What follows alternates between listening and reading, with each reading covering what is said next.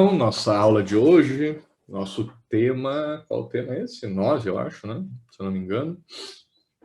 Tema 9, isso. Proposta desse tema é uma discussão, vou fazer um teste, tá? Dessa vez eu fiz uma mudança aqui por causa da redução do nosso semestre. E aí eu juntei dois temas que eu discutia separado, tá?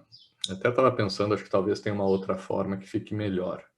Mas vamos ver como é que funciona. Vamos seguir a proposta inicial, que é a discussão, de um lado, defendendo os conceitos, as ideias relacionadas à monarquia e à aristocracia, juntas, né? Ou seja, alternativas, né? Possíveis alternativas ao regime democrático, e do outro lado, a democracia, né? A gente vai... eu não vou entrar em grandes detalhes com relação às classificações conceituais, né? Porque alguém poderia apontar, por exemplo, que não, professor, peraí, monarquia, né, é uma forma de governo, né, enquanto a democracia é um regime de governo. Sim, é possível fazer essa distinção, mas a gente vai se basear mais naquela tripartição aristotélica, né, que vem, acho que é a classificação mais clássica sobre as formas de governo.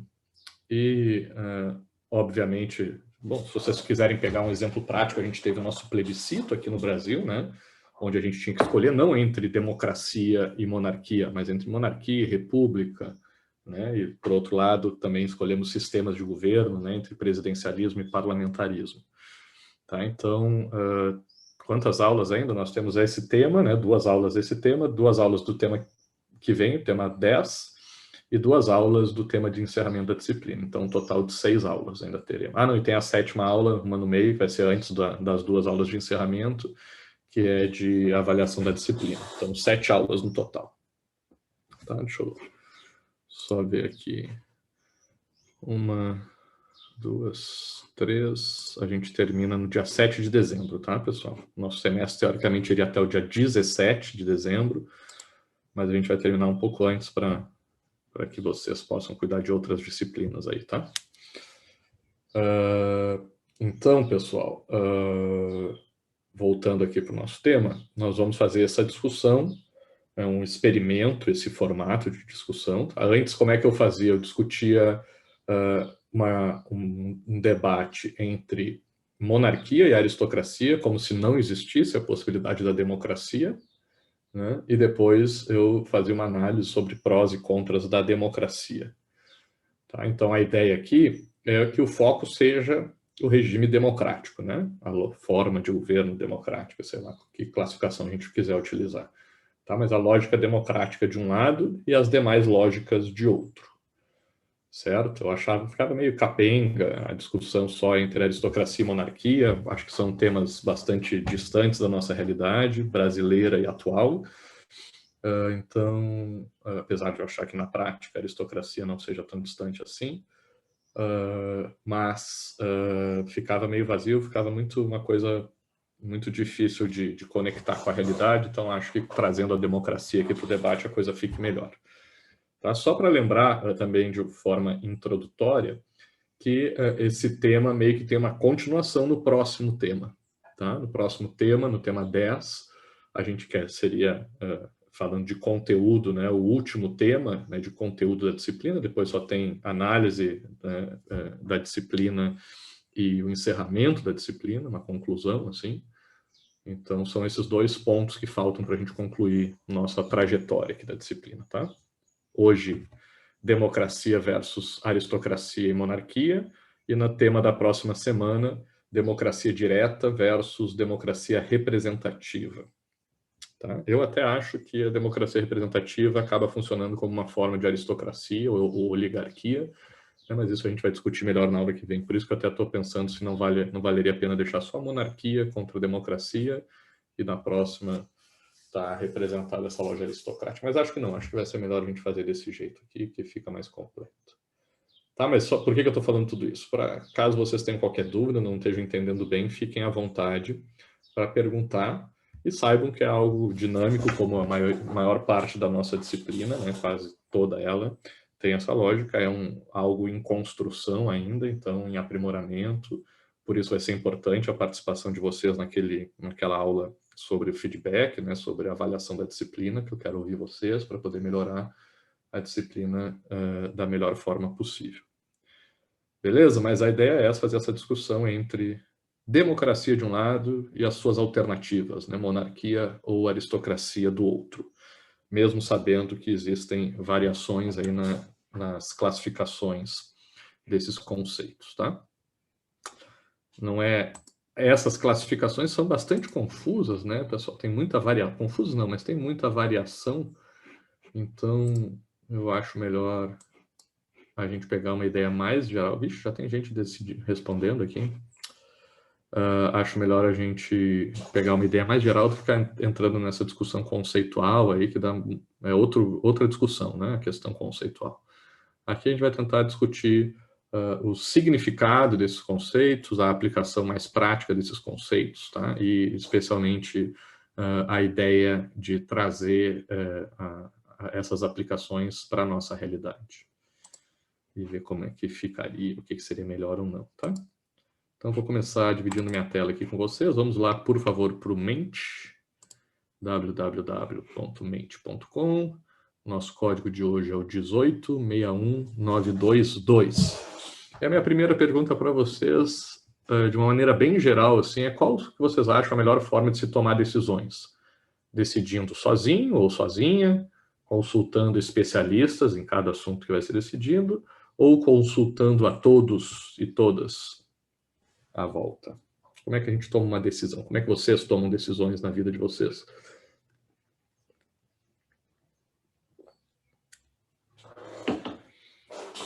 Quatro a 2 para consultando especialistas. Deixa eu dar uma baixada aqui, que eu não sei se eu não estou pulando alguma coisa, não, só isso. 5 a 2. Deixa eu ver aqui qual é a pergunta do chat. Depende do tipo de decisão. Se for da minha vida, só eu.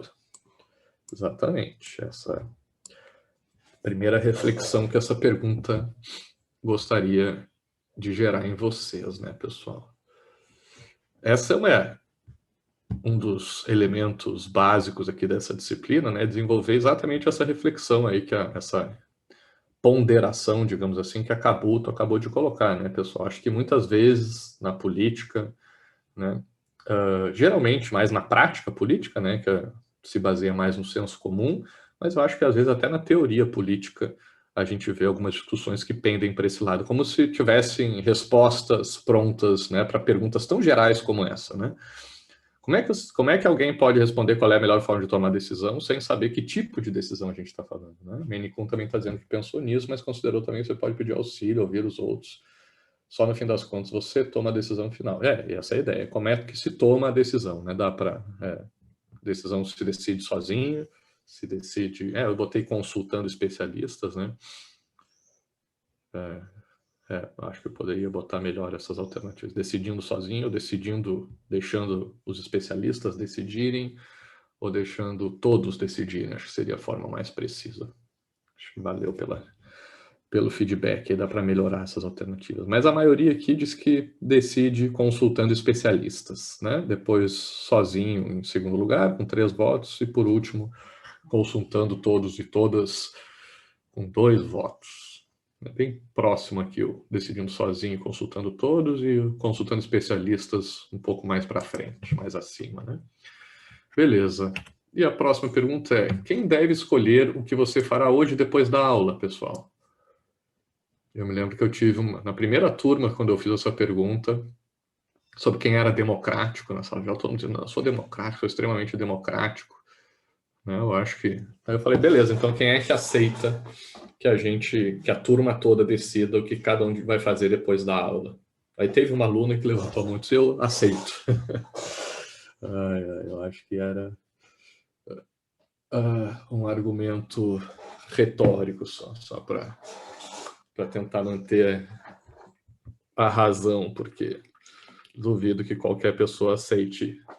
Pode até fazer na brincadeira uma vez, né? Deixar a turma. Então tá, vamos brincar, deixar a turma decidir o que a gente vai fazer depois da aula. Mas cá entre nós, né, pessoal, que na hora de decidir o que vocês vão fazer quando acabar a aula, se vocês vão fazer um lanche, se vocês vão ver um filme, se vocês vão dormir, se vocês vão sair para namorar, seja lá o que vocês vão fazer, eu acho que vocês não vão pedir para a turma toda decidir, não vão consultar um colegiado, nem especialistas, né? Imagino que vocês sigam a cabeça de vocês. Alguém tinha ligado o microfone aí? Vai lá, Clark. Professor, mas nesse exemplo da turma, era para decidir o que a turma toda iria fazer ou o que uma pessoa ia fazer? O que cada um vai fazer depois da aula, individualmente. Essa ideia é... Qual é a ideia desse exemplo? Deixa eu ver aqui. No Instagram, vi um povo do YouTube fazendo polls e mandando os seguidores escolherem o que fazer no dia. Na verdade, é essa lógica, né, do viés democrático que a gente tem, né? Acho que alguns parlamentares que também usam ferramentas, né, que essas pesquisas aí no Facebook, em outras redes sociais, que daí eles votam de acordo com o que o seu eleitorado decidiu. Isso a gente vai falar melhor na próxima aula, né, sobre essas ferramentas de participação mais direta, né, semi-direta, aí nessas decisões políticas. Mas a ideia aqui, dessa pergunta, é pessoal mostrar para vocês que quando a gente está falando de coisas individuais, né, essa lógica democrática não se aplica. A gente pode ser muito democrático, né? A gente pode acreditar muito no valor da democracia, mas é importante a gente saber o objeto da democracia, certo? Democracia é algo muito bom? Eu concordo, eu sou um forte defensor da lógica democrática para assuntos públicos, né, para assuntos coletivos. Eu não uso da democracia aqui em casa para decidir a hora do meu filho dormir, o que ele vai comer, né? Imagina se eu tivesse 3 filhos, eu e minha esposa, a gente ia sempre perder, aí os filhos iam poder decidir que iam brincar no meio da madrugada, que iam comer a sobremesa, né? Então, na hora de educar um filho, acho que não é a hora de ser democrático, né? Se eu fosse decidir como avaliar vocês na disciplina de forma democrática, vocês iam me dizer para botar SS para todo mundo, como a gente conversou lá no começo do semestre, né? Então, um professor montar uma disciplina também, especialmente os métodos avaliativos, não é um espaço, né? Por mais que seja importante o professor ouvir, ter o feedback dos alunos, você tem que assumir a responsabilidade de tomar essas decisões, pelo menos do método avaliativo. O que não exclui, como a gente já fez aqui, né, a participação de vocês de forma democrática para definir outras questões da disciplina, como, por exemplo, a sequência das nossas aulas.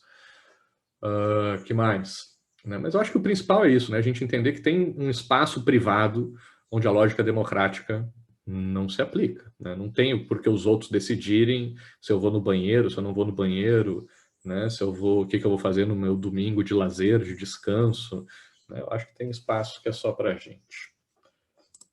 O objetivo dessa pergunta era esse.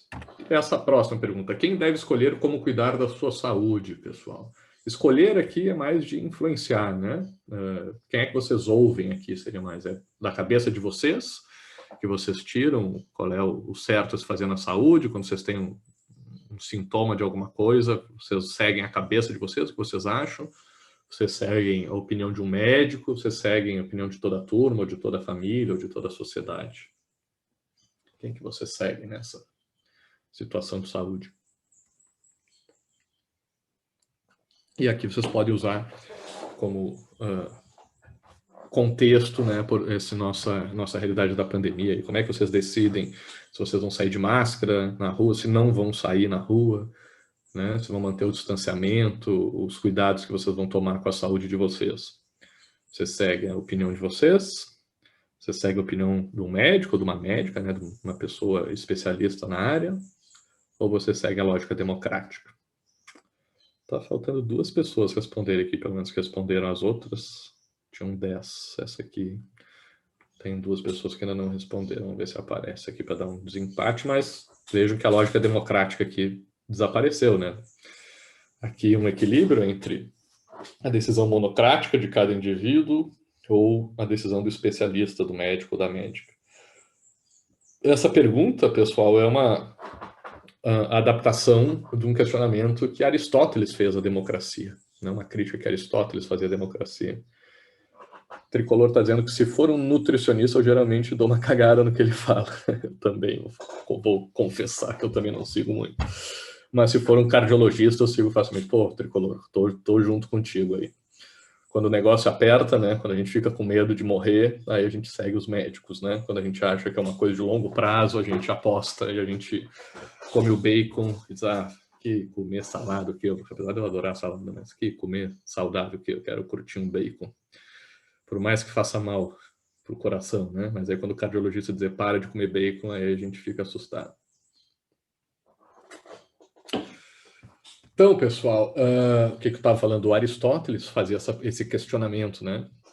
Sobre a democracia ateniense. Ele dizia assim, gente, tá, mas quando vocês vão fazer um exercício físico, né? Como vão levantar um peso, como é que vocês fazem? Vocês, para saber a forma certa, a postura certa de levantar um peso na academia, né? Vocês ouvem o profissional de educação física que está ali treinado, né? Que estudou aquele assunto, que sabe, entende do assunto, da fisiologia do corpo, né?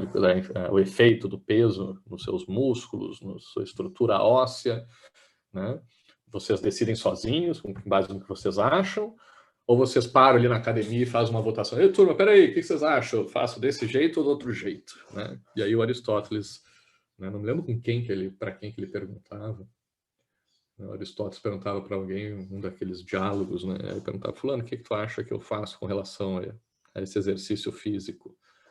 Né? Vai perguntar para todo mundo, né, como fazer? Dizer, não, óbvio que não, vou perguntar para o especialista, né, para o médico ou para o personal trainer, né, o educador físico que esteja ali disponível, que tenha treinamento técnico para isso. Eles, então, se você faz isso com o seu corpo, né, com um exercício físico que é tão simples, por que deixar na mão de todos as decisões coletivas da polis? Né? Não faz sentido nenhum, é melhor que os técnicos, os especialistas, né, decidam isso sobre as questões da polis. É uma crítica, né, à democracia ateniense. Outra pergunta, pessoal. Mas e se o assunto for quem deve escolher o representante da turma? Uma pessoa, você, que eu diga individualmente, né? Você sozinho, eu, professor, né? Afinal, eu que mando na turma, a autoridade da turma, ou toda a turma, de forma conjunta?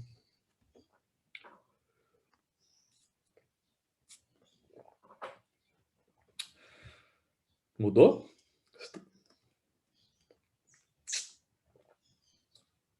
Vocês viram a diferença que faz o assunto? Né? Na primeira, qual era a primeira? Do que vocês vão fazer depois da aula? Ninguém consultava os especialistas ou a turma. Né? Então, o indivíduo deve a primazia do indivíduo. Depois, com relação à saúde, um equilíbrio ali entre o indivíduo, né? Porque eu acho que vocês também devem pensar, que nem o Tricolor falou ali, tem coisas que a gente decide sozinho, que a gente nem quer ouvir os médicos, né? Mas aí o lado técnico, especialista já sendo mais levado em consideração. E agora, né, porque a saúde, teoricamente, seria um tema mais técnico, né, do que decidir o que vai fazer depois da aula. E agora, questões coletivas, né, pessoal, representante de turma, isso aqui é uma questão de grupo, né, não faz sentido uma pessoa escolher sozinho, mas Aristóteles dizia que deve ser, né, não sei se o professor ou, de repente, algum especialista na lógica de representação de turmas, uma empresa, né, uma consultoria técnica nessa área seria talvez né, um grupo de especialistas na lógica representativa. Aristóteles diria que deveria decidir o representante, não porque todos, né, vão pensar um monte de bobagem aí.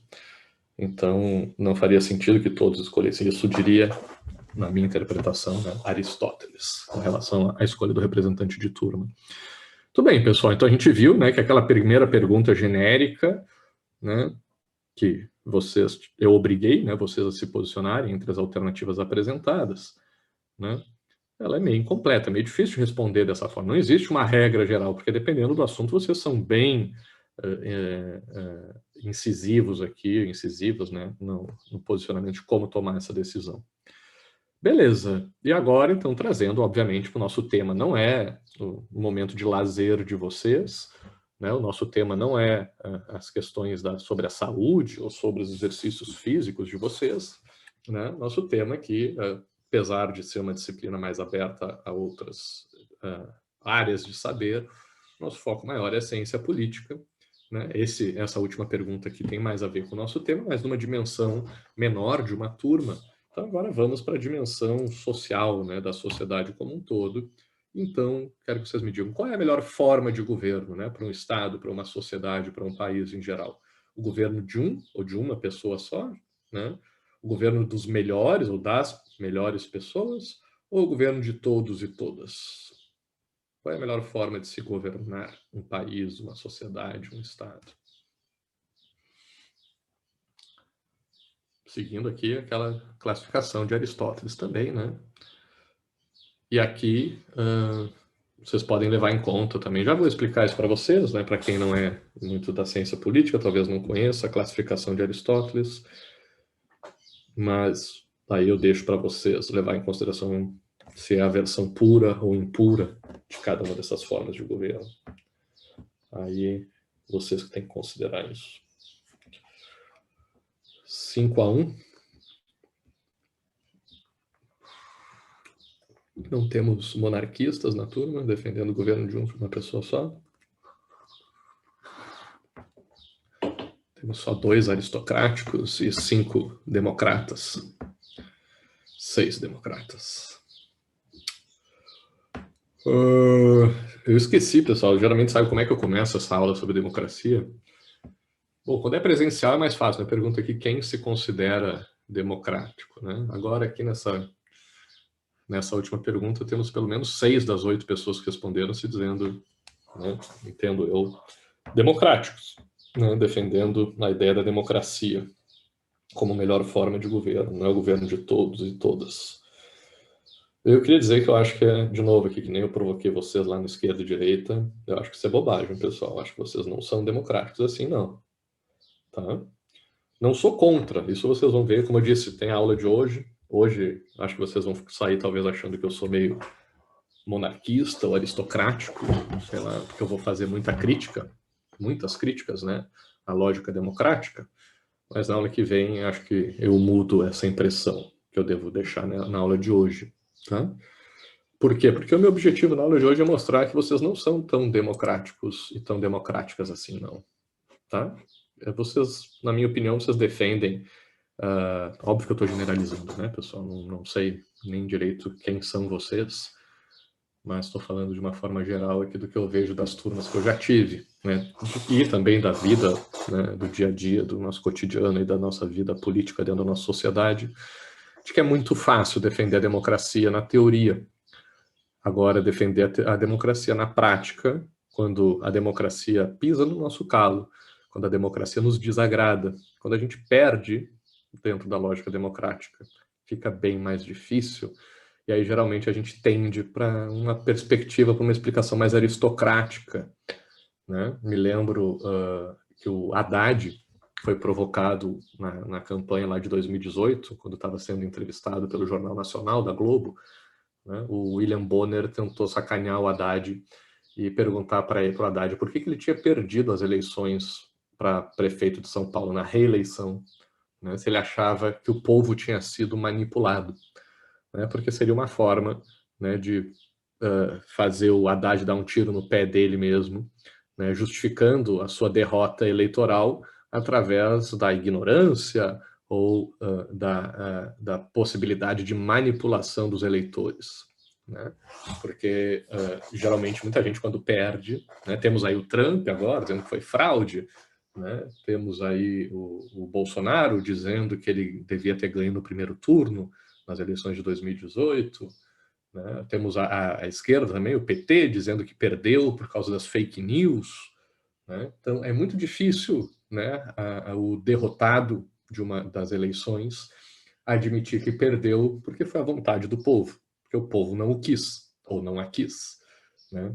Geralmente a explicação pende por um outro lado, e aí o povo parece não ser tão legítimo assim para tomar decisões, né? Porque tem essa possibilidade de ser manipulado, ou o povo é burro, não sabe decidir, né?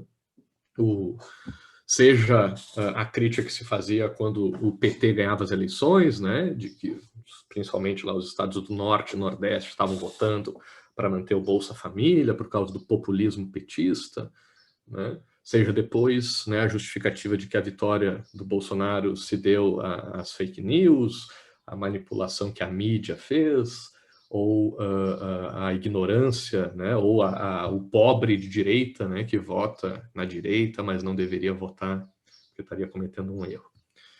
Tá, pessoal, só para trazer aqui alguns exemplos bem gerais aqui sobre como que essa lógica democrática, apesar de ser facilmente defendida na teoria, né, muitas vezes não é defendida na prática. Deixa eu só achar aqui. Agora vamos começar a apresentação do nosso conteúdo da aula de hoje. Beleza? Eu vou fazer uma apresentação bem histórica. Aqui. Só lá no finalzinho que eu vou trazer alguns autores, algumas questões conceituais. Tem muita gente, né, pessoal? Tem uma infinidade de autores aí dos mais diversos campos. Né? No direito tem o Kelsen, por exemplo, que eu acho que não é tão trabalhado aqui nas ciências políticas, na ciência política. Né? Dentro da ciência política, acho que são poucos os autores que, de forma direta ou indireta, não acabam tocando na questão sobre a lógica democrática. Então, aqui, para escolher os autores para essa aula, teriam muitos, tá? Eu peguei alguns que eu achei os mais representativos, tá? Eu acho que dá para complementar ainda com muitos outros. Se vocês tiverem sugestões, eu também aceito. Não é, como a maioria dos campos aqui, não é um campo onde eu seja um especialista, mas a minha ideia aqui é trazer um recorte, tá, de uma análise histórica. Vou fazer uma construção, né, como é que se diz?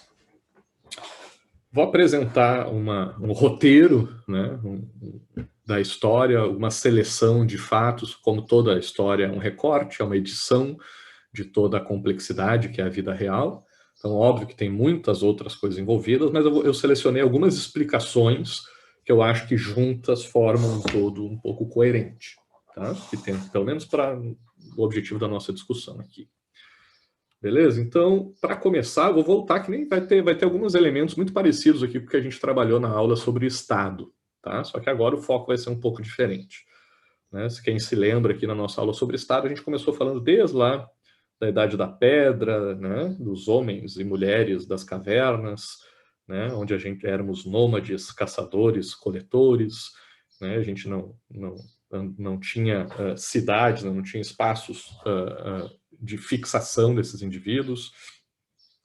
E a gente, quando falou sobre Estado, a gente analisou aqui a ideia de que alguns desses indivíduos, né, alguns desses homens e algumas dessas mulheres, deviam se destacar nesses pequenos grupos de humanos que viviam, né, em bandos, certo? Seja porque conseguiram alimentos, seja porque conseguiram proteger o grupo de alguma ameaça externa, né, ou por qualquer outra razão que a gente possa imaginar aqui, né, devia ter alguns e algumas desses indivíduos aí, dessas pessoas, que acabavam se destacando e que, bem na lógica assim, mais primitiva dessa organização coletiva, né, entre indivíduos humanos, especialmente, né, mas em outros animais isso também acontece, né, de surgirem a figura de líderes. Né? Então, algumas pessoas se destacam, vão assumindo uma liderança do grupo, o grupo acaba contando com essas lideranças. Às vezes, a razão desse destaque pode ser competência, né? Pode ser porque a pessoa foi habilidosa em conseguir alimento, em proteger o grupo, pode ser por mera sorte, mero acaso, né? Que a pessoa, sem querer, né, saiu, foi para o lado certo aquele dia, achou muita comida, né, ou fez a coisa certa, meio que sem querer, conseguiu salvar o grupo de alguma ameaça externa. Então, o importante aqui dessa primeira etapa é a gente entender que, desde os primórdios da nossa organização em sociedade, né, que a gente começa, né, a nossa espécie já vivendo em sociedade, né, a gente tem formas de distinção entre os indivíduos que compõem essa sociedade, né? E aí, muito provavelmente, desde esses primórdios, aí já tinha uma parcela que dizia, nossa, em vez de eu tomar as decisões, né, dentro do grupo, eu vou seguir aquele cara ali ou aquela mulher ali, porque quando eu sigo ele ou sigo ela, eu me dou bem, né, as coisas funcionam melhor. Então, essa lógica da liderança, da referência, né, de um grupo né, uma maioria de dentro do grupo seguir uma minoria, né, de líderes, já deve ter começado desde essa época aqui, né? E essa lógica vai se desenvolvendo, dessa liderança desses grupos nômades, deve ter sido também reproduzida quando a gente começa, né, nós seres humanos, a gente começa a se fixar em certos lugares, né? Nossa, eu adoro, eu falo muito para vocês que eu gosto de história, mas também tenho gostado muito de explicações sobre biologia, né? E aí, como eu não tenho capacidade técnica para estudar artigos científicos sobre biologia, porque o assunto é mais complexo, eu fico mais em temas de divulgação científica, e tem um cara que eu sou, assim, fãzaço, até muito pelos seus defeitos, que é o tal do Pirula, acho que é um dos primeiros youtubers aqui do Brasil, eu adoro as explicações dele, acho um cara muito bom. Ele tem um vídeo que ele lançou faz pouco, que é sobre a evolução da espécie humana, a dispersão dos seres humanos no planeta Terra, que eu, olha, recomendo muito para vocês, quem gosta disso, recomendo muito. E lá eu descobri que a agricultura começou um pouco ao norte aqui, acho que foi acima ali do Mar Negro, do Mar Cáspio, perto ali da Turquia, se eu não me engano, onde se começa a desenvolver a agricultura, né? E, por sinal, eu vi num outro vídeo que tem uma tese, não sei qual é o fundamento disso, mas porque estavam se discutindo, não sei o que houve agora, que surgiu várias pessoas discutindo a questão da legalização da maconha. Não estou conseguindo abrir a do chat agora. É muito boa mesmo essa série do Piero Lula, Serafino disso, né? 5 horas de... cara, eu vi, sei lá, 2 semanas, assim, eu vou vendo, vou fazendo alguma coisa, assisto 10, 15 minutos, depois volto. Mas é muito, muito bom, acho muito completa a explicação dele. É longo mesmo, são longos os vídeos dele. O cara fala bastante. Tipo eu me identifico com ele. O Pirula gosta de falar bastante, acho que eu também. Agora, o que eu estava falando? Eu vi uma tese, não sei se é verdade ou quão de fundamento tem, de que a primeira planta, talvez, a ser domesticada tenha sido a maconha, o cânhamo, né? Que por ser muito fácil de cultivar e por ter diversas utilidades, né, diversas coisas que podem ser feitas, né, a partir das fibras da maconha, tecidos, né, e fibras e tal, um monte de coisa, e não necessariamente só né, a viagem da maconha, mas que talvez a maconha tenha sido a primeira planta a ser domesticada. Deixa eu voltar aqui para os nossos slides. Não sei por que saiu. Mas por aqui, um pouquinho acima aqui desse rosinha aqui da Mesopotâmia, que deve ter aparecido a agricultura com a domesticação de plantas e animais, né? E essa domesticação de plantas, sejam elas quais forem os animais, também sejam eles quais forem, né, permitiu então que esses indivíduos nômades, caçadores-coletores, se fixassem em alguns lugares, começando a formar primeiro as pequenas cidades, que também acho que foi por ali, pelo norte ali do Mar Negro, e depois foi descendo até as primeiras grandes cidades, que são essas que a gente vê nesse mapa aqui, no Egito, Mesopotâmia, Índia e China. Todas, né, ao longo de vales de grandes rios, né, que contribuíam, né, permitiam essa formação de grandes cidades, por diversas questões que a gente vê, geralmente nas aulas iniciais, né, de história no colégio, né, pela fertilidade das terras à volta desses rios, né, com as suas altas e baixas dos rios, acabam irrigando as terras à volta, são terras, então, que têm bastante acesso à água, né, o transporte, que geralmente as pessoas falam, né, de que dá para transportar coisas através de barcos em rios, e também pelo acesso, acho que deve ser esse o principal até, acho que mais do que a terra fértil, né, o acesso à água potável, né, pessoal? Porque imaginem, por que o pessoal não parava na beira do mar, né, que é tão agradável, que tanta gente hoje em dia gosta de ir para a praia, né? Porque uma água do mar não é potável, então ter acesso à água potável, antes de morrer de fome, né, a gente morre de sede, então ter acesso a uma fonte inesgotável de água potável, que geralmente um rio grande garante, né, era um grande diferencial nessa época. Alguém quer falar alguma coisa?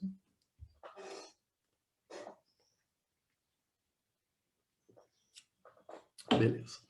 Então aqui é só para destacar, né, esse estabelecimento dessas comunidades de humanos em algumas regiões, perto de rios, que permitiam essas facilidades aí para a vida humana, né?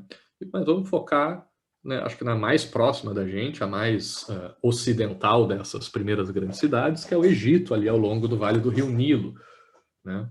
Entrando mais na nossa discussão da aula de hoje, de formas de governo, né? A gente sabe aí pelas pirâmides e todas as histórias dos faraós do Egito, né, que o Egito, né, foi uma das primeiras grandes civilizações aí a se desenvolver, que a gente tem conhecimento pelo menos, né, e se organizava com base nessa figura dos faraós, que a gente tanto ouve falar, né, e conhece pelo menos alguns dos seus símbolos, as múmias, as pirâmides, né, todos os ornamentos feitos em torno dessas figuras dos faraós. A gente sabe que eles estavam, a pessoa muito ligada aos deuses, eles eram deuses na Terra, não eram nem representantes de deuses, eles eram os próprios deuses na Terra, né? Então, essa lógica da organização política no Egito é muito importante para a gente entender, né, esse desenvolvimento das formas de governo.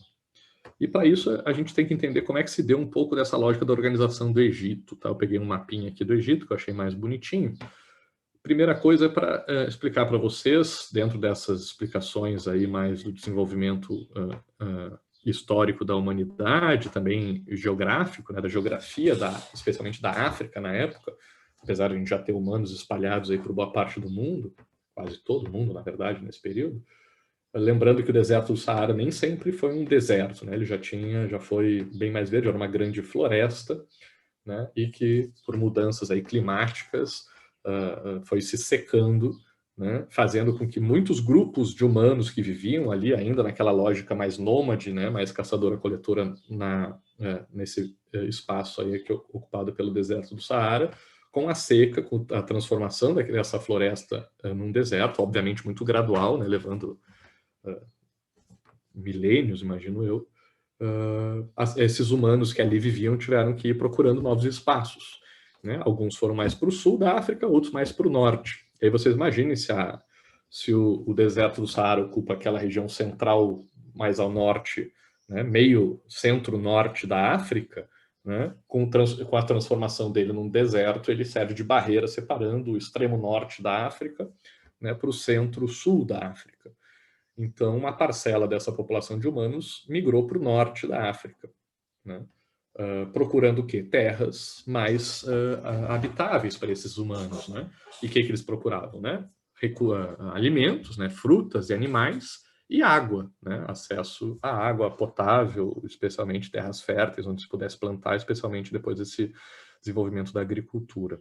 Então, eles encontraram esse vale do Nilo, como vocês podem ver aqui nessa imagem, né? Ele é um vale de rio que se abre, né? E forma um delta bem amplo, são acho que algumas centenas, 100, 200 quilômetros de largura, não me lembro exatamente a medida que tem esse vale, esse triângulo aí do rio Nilo. Então, são terras, né, planas, próximas ali do mar Mediterrâneo, já bem baixas, né, com vários braços de rio passando por elas. Então, um espaço assim muito propício para essas pessoas que estavam fugindo do deserto do Saara, né, dessa situação mais inóspita da região e do deserto do Saara, para se acomodarem.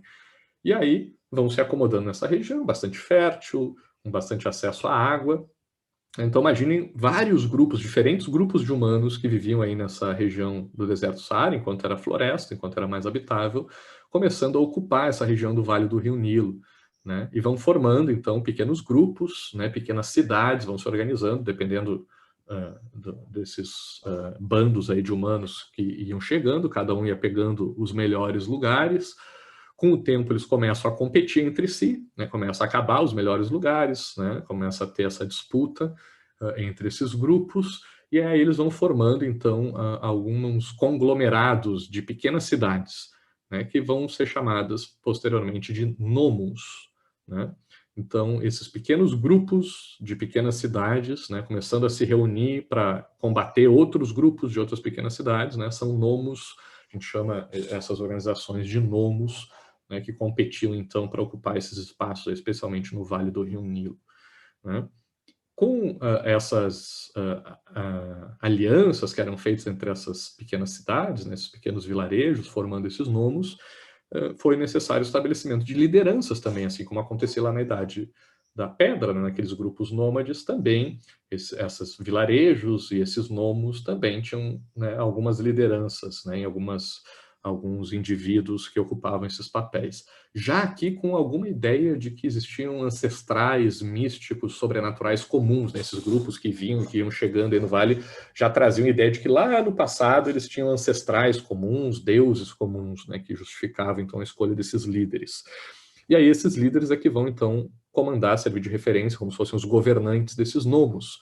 Né? E como é que é o nome de um líder de um nomo? Né? A gente chama eles de nomarca, né? O contrário das primeiras siglas, das primeiras sílabas, em vez de monarca, né? São os nomarcas. E esses nomarcas, né? Esses nomos, também disputando esses espaços, começaram a se fundir no meio dessas disputas e formaram reinos. Né? Começaram a se juntar. Né? Então, vilarejos se juntaram em nomos e os nomos se juntaram em reinos. E depois, né, de algum período aí de disputa entre esses nomos, esses reinos, acabaram se reunindo em dois grandes reinos no Egito, né, o reino do Alto Egito e o reino do Baixo Egito, né, que ao contrário do que aparece aqui no mapa, né, o Alto Egito fica na parte de baixo do mapa e o Baixo Egito na parte de cima do mapa, porque a definição dessa nomenclatura se dá não com base no norte e sul, né, no mapa, mas sim com base na topografia do relevo dessa região. Né? E como a gente sabe, um rio começa em regiões mais altas, montanhosas, né, onde o rio Nilo surge, aqui na parte de baixo do mapa, é uma região mais montanhosa, por isso, né, topograficamente falando, mais alta. E o vale do rio Nilo, ali mais ao norte, na parte de cima do mapa, é uma região mais próxima do nível do mar, né, então topograficamente mais baixa, por isso o Alto Egito fica embaixo, e o Baixo Egito fica em cima. E até que, né, então se formou esses dois reinos, do Alto Egito embaixo e do Baixo Egito em cima, que também seguiam, né, disputando, tendo conflitos entre si, né, durante muito tempo, até que um cara chamado Menes, né, pelo menos é o que dizem aí as teorias mais aceitas, né, teria sido o primeiro faraó, porque foi o primeiro a conseguir reunir o Alto e o Baixo Egito. Ele era o rei do Alto Egito, né, da parte montanhosa. Ele conseguiu reunir, então, esses dois reinos, né, numa estrutura só. Né, e ele passou a ser, então, considerado o primeiro faraó, né, da primeira dinastia dos impérios egípcios. Né. E é importante a gente lembrar, então, a partir dessa breve explicação sobre a lógica social e política no Egito, né, de algumas classificações. Aqui a gente está começando a ter uma transição, né, pessoal, de sociedades onde não eram divididas em classes sociais, e a gente começa a ter, então, essa classificação dentro do Egito, né, tendo lá o faraó e a sua família real no topo da pirâmide, né, sendo seguido por alguns sacerdotes, né, figuras mais religiosas que estavam abaixo, que justamente, por que os sacerdotes estão logo ali embaixo? Porque a justificativa, né, de ocupar esse cargo, né, de faraó já era uma explicação divina, sobrenatural. Então precisavam de sacerdotes, né, religiosos, representantes da religião, né, para justificar que tal pessoa é o Deus que deve ocupar, então, esse posto de liderança. Depois a gente tem ali os altos funcionários do reino, né, aquelas pessoas que servem, então, essa família real e os sacerdotes. Logo abaixo, esses nomarcas, né, que seriam os governadores da época, né, os que cuidam dessas províncias, desses grupos de vilarejos. Logo abaixo, os guerreiros. Vejam que até aqui a gente tem classes políticas, né, ou religiosas, né, a nobreza e o clero. E agora a gente chega, né, no exército, na classe guerreira, né, os guerreiros, que também servem para proteger. Né, o Egito, apesar de ter toda essa estrutura, essa disputa interna também, tinha disputas, né, para tentar ampliar seus territórios com outras civilizações à sua volta. Os escribas, né, que eu já vou explicar para vocês por que surge a escrita justamente nesse período. Né? Abaixo os artesãos e os camponeses. Né? Lembrando que esses camponeses aqui, importante explicar, deixa eu ver qual é o próximo. É importante explicar essa lógica da estrutura social do Egito, né? Que ali no Egito já começa uma lógica de que todo esse território ele é propriedade do faraó, né? O Estado, né, egípcio, que é dono das terras, né, de todo o território do Egito. Então, quem trabalha nas terras, não existia muito a ideia de propriedade privada ainda. Né? Então, na prática, o que acontecia? Esses camponeses trabalhavam nas terras do faraó. O faraó, o Estado egípcio, que era o dono das terras.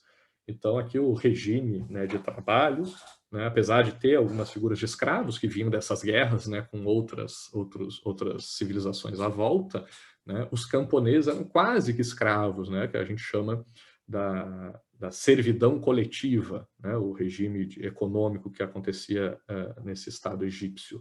Porque as pessoas não eram escravos, né, mas todos tinham que trabalhar nas terras, né, era um direito e uma obrigação ao mesmo tempo desses camponeses, especialmente. Né, eles tinham o direito de trabalhar na terra, eles podiam trabalhar porque eles eram parte da sociedade, então eles podiam produzir naquelas terras, né, tinham direito a ficar com uma parte dessa produção, porém, uma boa parte dessa produção tinha que ser destinada ao faraó.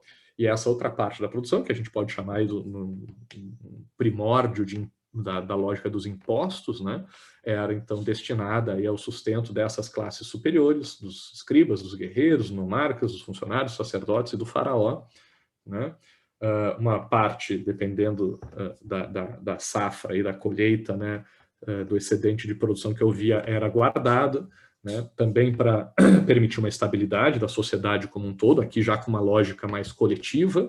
Não que o objetivo fosse cuidar da saúde do povo, né, lembrando que o faraó tem toda essa galera abaixo dele trabalhando para ele, né, e a gente viu ali que aquelas pirâmides que até hoje a gente fica abismado, né, quando a gente pensa como é que conseguiram construir uma coisa daquela magnitude, né, porque tinha um faraó mandando, né, escravos e camponeses aí que trabalhavam para eles, servos, né, que trabalhavam para eles. Quando não estava na época de colheita, o faraó mandava os escravos e os servos, esses camponeses, trabalharem na construção de obras públicas, entre elas as pirâmides, né.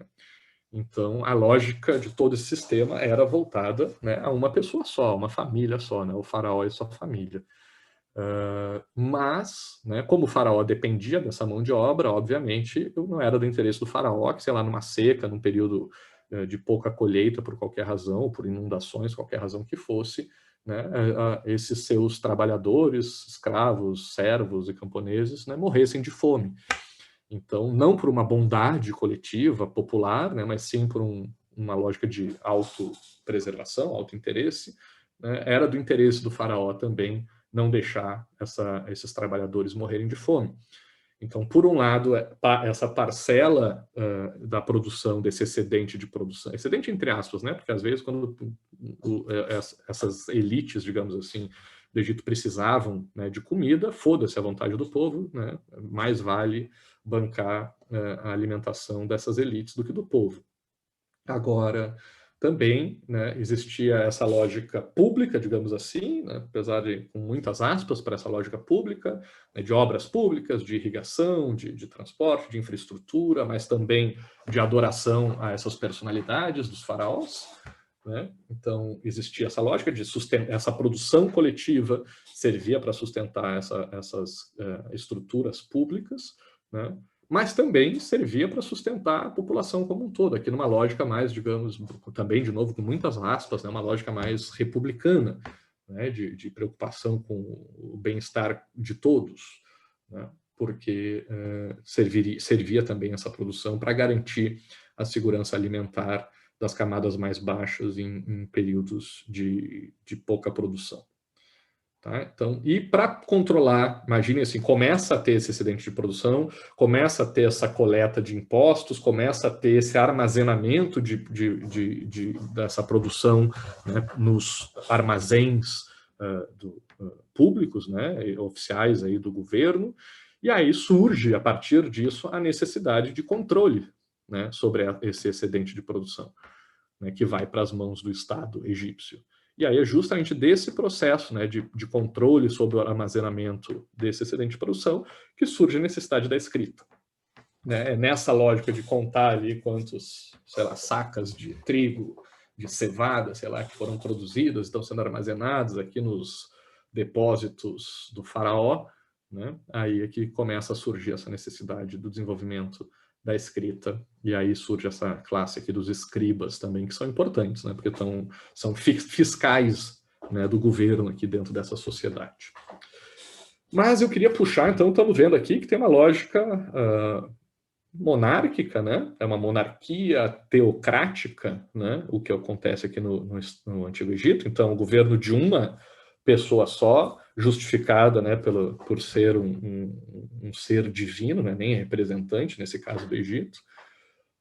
Então temos um primeiro exemplo aqui de forma de governo monárquica, né, justificada pela escolha divina, então teocrática.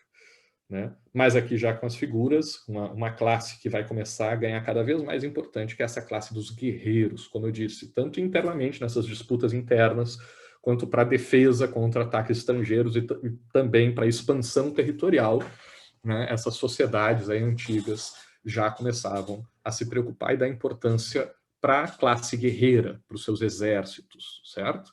E eu quero que vocês imaginem que, na primeira lógica de exército, de guerreiro, né, de luta armada, é a forma mais simples, né? A pessoa ir na mão com as ferramentas que tiverem, com lanças, espadas, arco e flecha, né, seja a tecnologia que tivesse. Aqui ainda não tem pólvora, né, então não tem nada disso, o negócio é mais no machado, na espada, na faca, né, na porrada mesmo, na mão, na luta corporal, certo?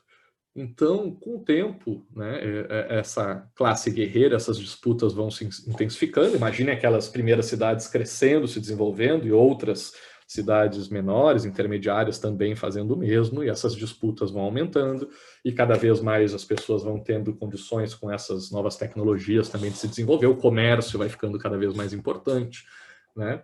E em todas essas lógicas aqui vão aumentando, então, as disputas entre essas sociedades, né, entre esses grupos de humanos aí tentando se organizar.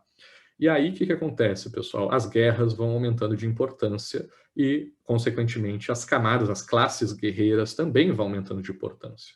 E se desenvolve aqui, já nesse período ainda no Egito, né, e depois mais na Grécia e em Roma, né, a tecnologia, o uso, né, como eu disse, que a agricultura domesticou plantas, mas também a pecuária domesticou animais, né, para os mais diversos usos, né, seja para alimentação ou para o uso dos animais, para a produção agrícola, ou para transporte, ou também para guerras, né?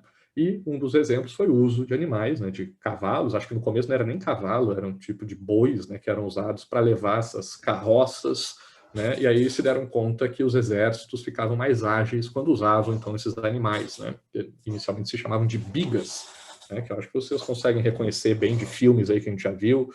Acho que, como é que é aquele esqueci o nome agora do cara, lutador romano lá, que sempre luta. E vai na arena, lá no Coliseu, e vem essas disputas, vinham, como é que é? Alguém está me lembrando, eu acho que... Ben-Hur, é o Ben-Hur, mas acho que tem outro nome, eu não me lembro como é o nome que chama o guerreiro. Espartacus? Não é de Espartacus, é dos romanos ainda. É do Ben-Hur, só que tem um nome que chama, esqueci o nome do filme deles. Bom, depois eu vejo. Mas essa lógica dos guerreiros lutando, né, dentro da arena romana, lá, e várias vezes vinham também, usava-se, nesses filmes aparece essa imagem, né, de cavalos aí mais para frente sendo usados para puxar essas carroças, e aí vinham os caras ou com lanças ou com arco e flecha, que daí conseguem se locomover mais rápido. E isso, então, foi uma grande inovação nessa lógica de guerra, né, do exército para as lutas armadas. E essas bigas, então, se desenvolvem depois, posteriormente, né, para a lógica da cavalaria. Em vez de sentar na carrocinha atrás, começou a se sentar em cima do cavalo, né? E aí ficou muito ágil, né, o uso dessa forma de batalha, né, da cavalaria.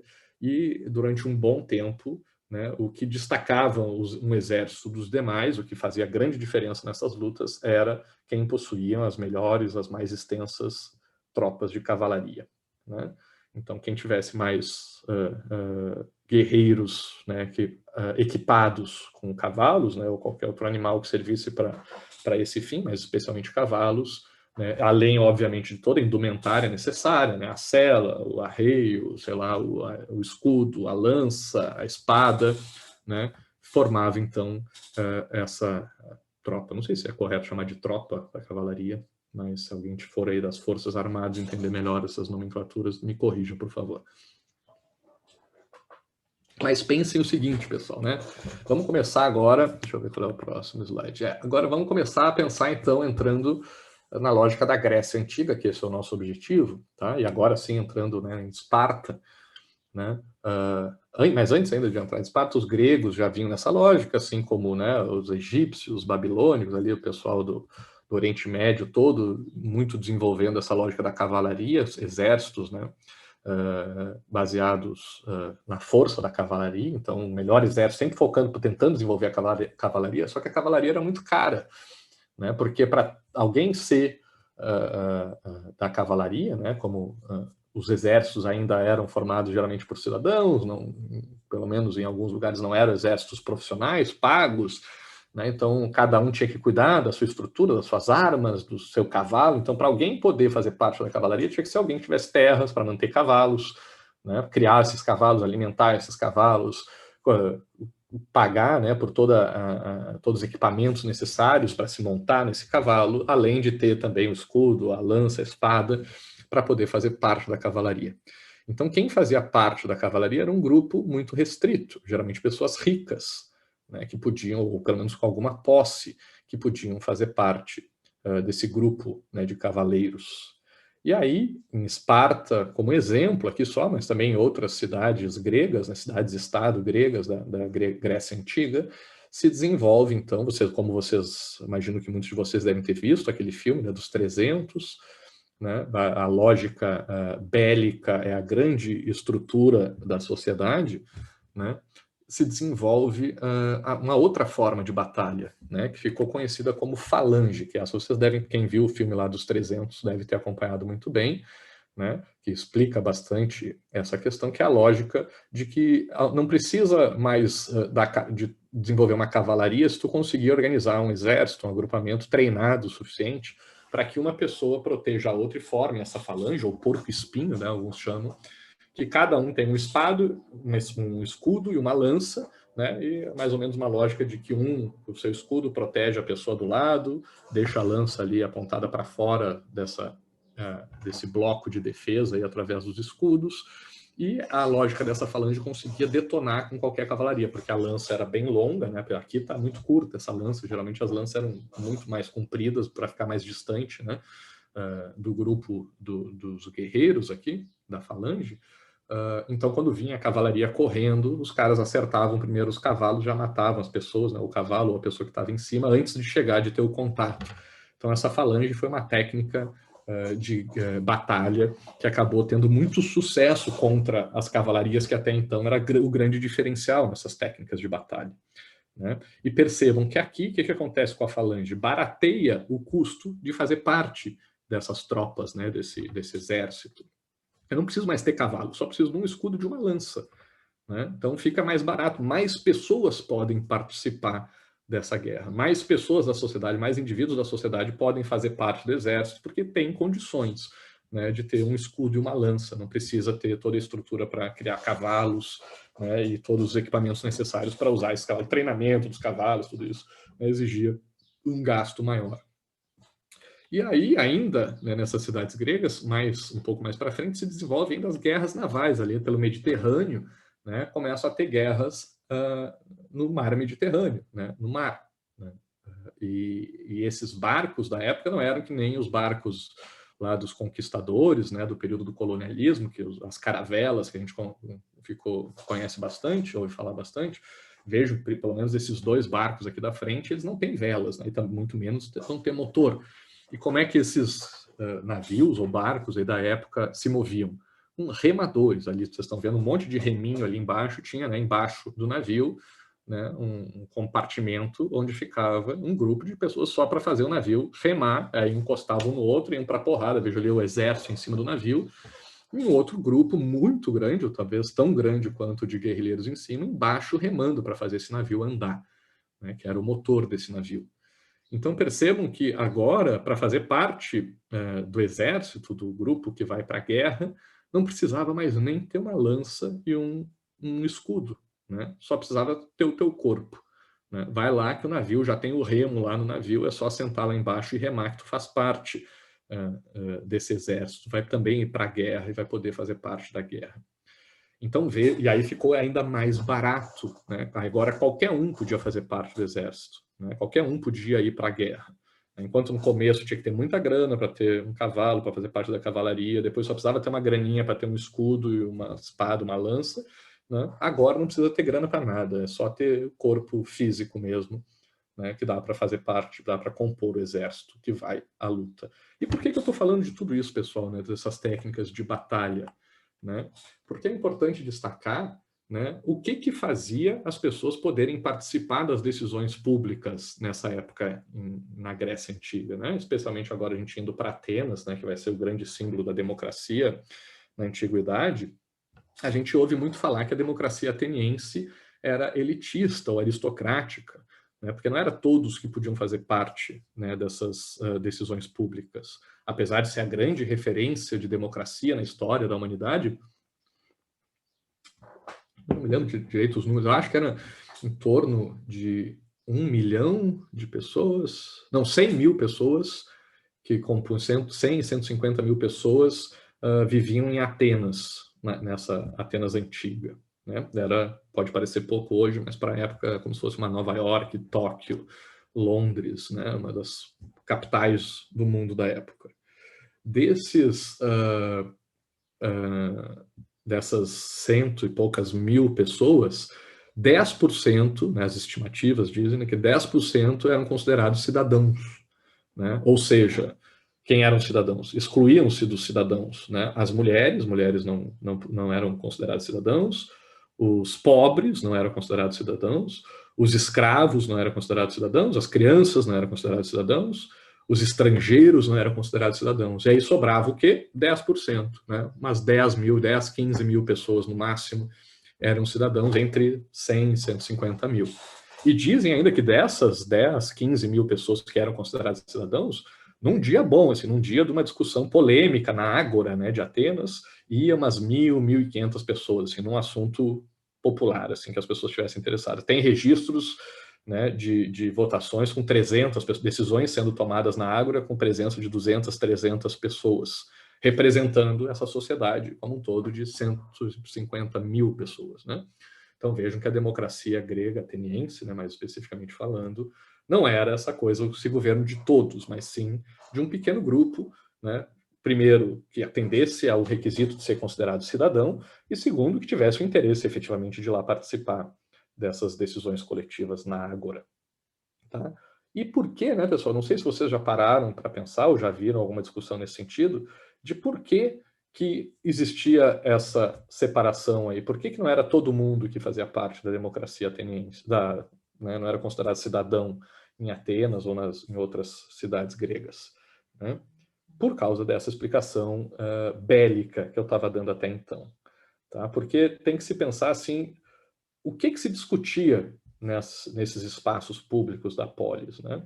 Vocês acham que havia discussão sobre, sei lá, obras públicas, né, sobre infraestrutura, estradas, orçamento público, políticas públicas, né, para gerar, né, sei lá, benefícios coletivos para a sociedade como um todo? Não tinha muito dessa lógica, né? Existiam um dos assuntos, né, que volta e meia aparecia, uma das questões que mais, né, acabavam levando a discussões eram as guerras. Né? Então, o que se discutiam nesses espaços públicos? Decisões. Né? Imagina o que importava para uma cidade grega. Né? A gente vê essas brigas, né, essas batalhas, essas guerras entre as próprias cidades e estados na Grécia ou, né, com seus inimigos externos aí. A guerra era um elemento muito importante de sobrevivência. Aquele filme lá dos 300 de Esparta, né, tem totalmente esse foco, né, de mostrar de qual uma importância o rei ia para a guerra, né, todo mundo que podia, dentro daquela sociedade que tinha condições, ia para a guerra, né, defender a cidade, estado, a polis, né, contra os seus inimigos de fora. Então, na hora de tomar decisões coletivas, o que estavam se decidindo? Né, nesses momentos, né? Estavam se decidindo, aí nós vamos lá guerrear, lembram lá, não sei se vocês lembram, nos 300 tem um cara que sobe lá um morro, vai no oráculo lá para saber se é a hora de ir para a guerra ou não, contra, né, a invasão lá do Oriente, e como se faz, onde que se faz, se ia lá para a parte lá onde afunilava tudo, se lutavam no mar, se lutavam por outra forma.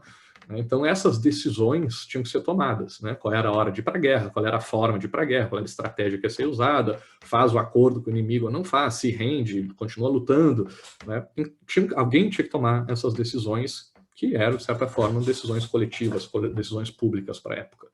Vocês acham que faria sentido, pelo menos, né, voltando para aquela... Vocês acham que faria sentido para esses caras, né? Imagina lá, pensa naquele cara lá, o personagem lá dos 300, não me lembro o nome dele, né, do rei lá de Esparta, né, que faria sentido esse cara consultar a mulher dele, apesar de que no filme mostra como se ele ouvisse muito a mulher dele, né, como se fosse muito aberto ao diálogo com a mulher, como se a mulher tivesse algum poder, que eu acho que deve ser um pouco de romantização da realidade da época, né, porque, cara, o cara que vai para a guerra, véio, que já foi algumas vezes para uma guerra, e uma guerra, como eu disse, sem pólvora, né, na mão ali com a pessoa. Então os caras voltavam arrebentados, tinha que chegar colado, perto do cara que quer lutar. Não dá para dar um tiro, jogar um míssil à distância e voltar limpinho para casa, né? O cara sujava a mão para ir para a guerra. O cara entrava na lama, rolava na lama, brigando com o cara no chão para tentar sair vivo. Então os caras voltavam sem um braço, sem um olho, né? Inclusive o pai lá, o Filipe, né, o pai do Alexandre o Grande, ele não tinha, era um rei que não tinha um olho, que tinha perdido numa batalha,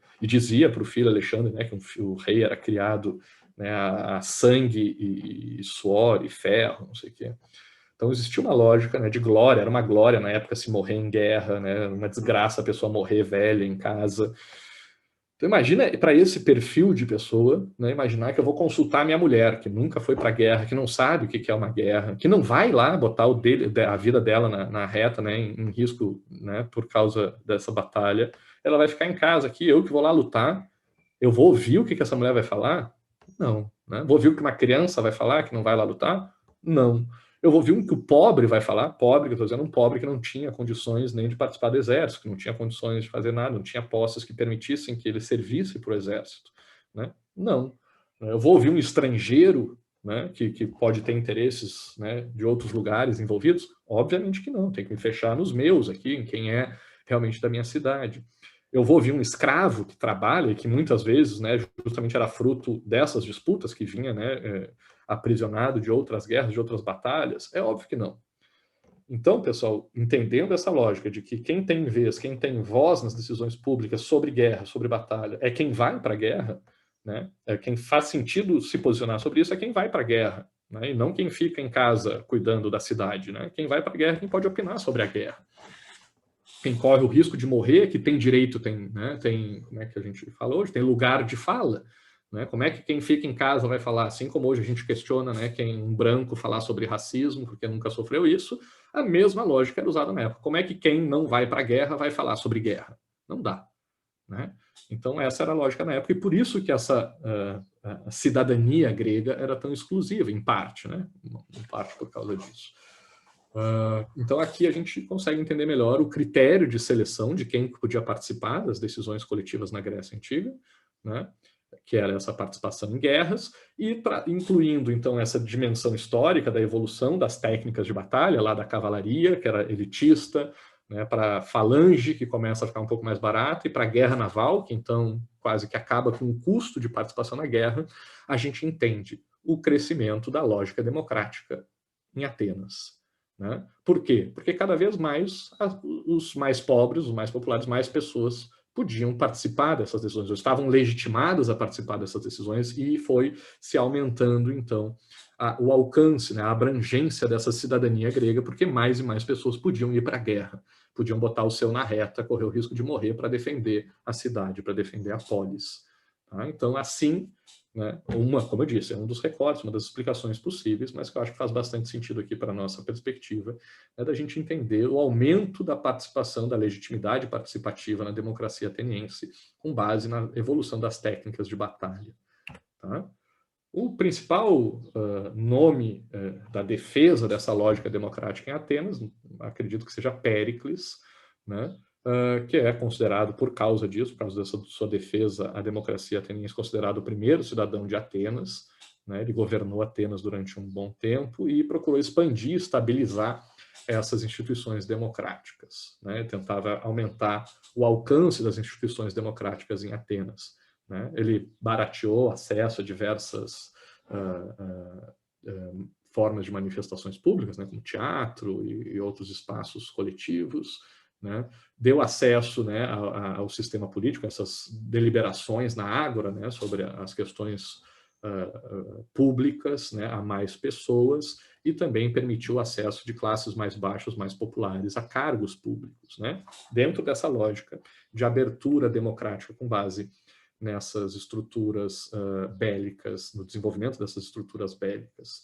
Só que Péricles foi bastante criticado na sua época, justamente por essa abertura democrática às classes populares, e o principal expoente das críticas a Péricles foi Cimon, né? Ele dizia, já Cimon acreditava que não dava para aumentar, né, a participação democrática em Atenas, já tinha muita participação democrática, tinha muita gente participando, e aumentar, abrir para essas camadas populares seria prejudicial, e ele dizia, né, que essa democratização, essas reformas que Péricles implementou, estariam levando Atenas, né, ao problema do populismo.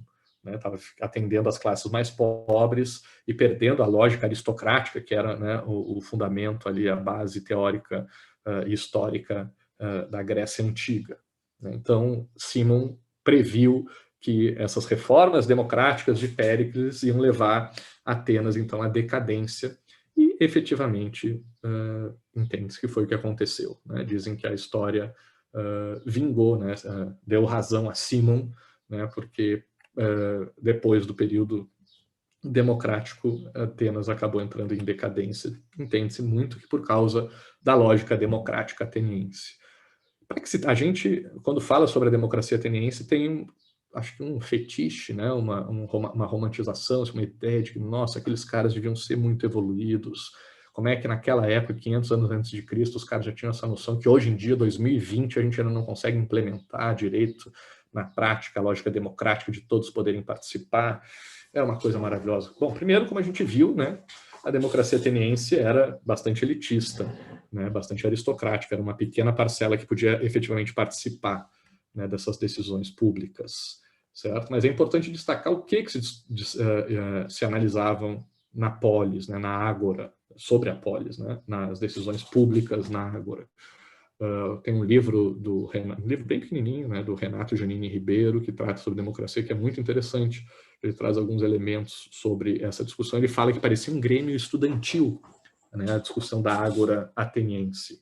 A gente acha que eles tinham esse espírito cívico, né, muito desenvolvido, mas na prática, sabe qual era o assunto mais debatido, disparado, assim, o assunto que mais aparecia nas discussões na ágora, né, era a vida privada dos atores e atrizes do teatro, né, do grego, né? Eram as celebridades da época. Então, o que mais se falava era sobre a vida privada das celebridades da época. É como se fosse uma tititi, né? Sei lá, esses canais aí de fofoca sobre celebridade, sabe, dizendo, olha, fulano tá namorando com não sei quem, tu viu que não sei quem terminou, que não sei o que, se separou e agora tem uma amante, tu viu que fulano comprou uma casa, não sei aonde. Então, né, a grosso modo, que obviamente, né, generalizando aqui, trazendo uma linguagem mais popular, basicamente o assunto disparado, assim, mas muito além do segundo lugar, era a vida privada dessas celebridades atenienses. Fofoca sobre celebridade. Em segundo lugar, o segundo assunto mais debatido era a comissão, os membros das comissões para os Jogos Olímpicos, para as disputas esportivas da época. Então, a segunda coisa mais discutida era, vem cá, o Tite deve levar o Neymar na seleção ou não, né? Deve levar algum outro jogador no lugar, ou quem é que deve compor a seleção. Essa mesma tipo de discussão que a gente faz ao discutir, né, se o Tite deve ser o técnico da seleção ou não, deve mudar, deve vir outro, né, deve ser o Jorge Jesus, ou sei lá, o Mourinho, sei lá quem é que deve ser, o técnico, os jogadores que compõem a seleção brasileira. Esse era o segundo tema mais discutido na Ágora Ateniense. E o terceiro eram as festas, os feriados religiosos. Tá? Então vejam, né, que por isso que o Renato Giannini Ribeiro diz que parecia um grêmio estudantil, assim, as discussões eram sobre assuntos mais fúteis do que a gente imagina que efetivamente era, né, e por isso tem tantos autores que criticam a democracia ateniense. Platão, né, dizia que a democracia nasce quando os pobres, depois de haverem conquistado a vitória, né, sobre os ricos, matam alguns adversários, mandam outros para o exílio e dividem com os pobres remanescentes, né, em condições paritárias, em igualdade, o governo e os cargos públicos, sendo estes determinados, na maioria das vezes, pelo sorteio. Né? Essa era a visão de Platão sobre a democracia. Aristóteles dizia que a democracia era o governo dos pobres sobre os ricos, né? Mas é importante a gente destacar aqui para a nossa análise da aula de hoje, né, as formas de governo propostas por Aristóteles, né? Aristóteles fez uma classificação, como a gente sabe, nosso primeiro cientista aqui, o cara mais empírico, né? Em vez de tentar propor a cidade ideal que nem fez Platão, Aristóteles tentou mapear e classificar as formas de governo existentes na sua época. Aí ele classificou em 3 modalidades diferentes de governo, de acordo com a quantidade de governantes. Então, aqueles estados, aquelas cidades, aquelas polis que tinham um governante, né, ele classificou como monarquia. Aqui tinham algum grupo, né, de poucos governantes, ele chamou de aristocracia, e aquelas cidades, aqueles estados onde todos participavam da decisão, todos governavam, ele chamou de república, na verdade, usando o termo de politeia, né? Todas essas classificações, monarquia, aristocracia e república, ou politeia, né, seria uma forma pura de governo, né? O que é a forma pura? É quando os governantes governam visando o bem comum, pensando na coletividade, né? Atendendo ao fim que a gente espera de um governante. Mas Aristóteles adverte de que todas essas formas podem ser desvirtuadas para sua forma impura, né? Onde os governantes vão governar não pensando no coletivo, no bem comum, mas sim no seu próprio interesse, no seu bem individual. E aí, quando se tem um governo de né, a forma pura seria a monarquia, mas se esse rei, né, governasse pensando nos seus próprios interesses, a gente teria, então, ao invés de uma monarquia, uma tirania, né? No lugar de uma aristocracia, com poucos governando pensando no bem comum, a sua versão impura seria uma oligarquia, onde poucos governariam pensando nos seus próprios interesses desses poucos, né? E o governo de todos, a república ou a politeia, seria desvirtuada na sua forma impura, quando todos governam pensando só nos seus interesses individuais, que Aristóteles chama de democracia, que era o que ele criticava que existia em Atenas, né? Lembrando que, apesar de Platão e Aristóteles discordarem em muitas coisas, divergirem em muitas coisas fundamentais das suas ideias, né, ambos acabavam sendo críticos especialmente ao fato histórico, né, da condenação de Sócrates à morte, né? E Sócrates foi condenado à morte numa decisão na Ágora, né, onde todos participaram, votação coletiva, né, que entenderam lá que Sócrates estava desvirtuando a juventude ateniense, condenando-no à morte por envenenamento.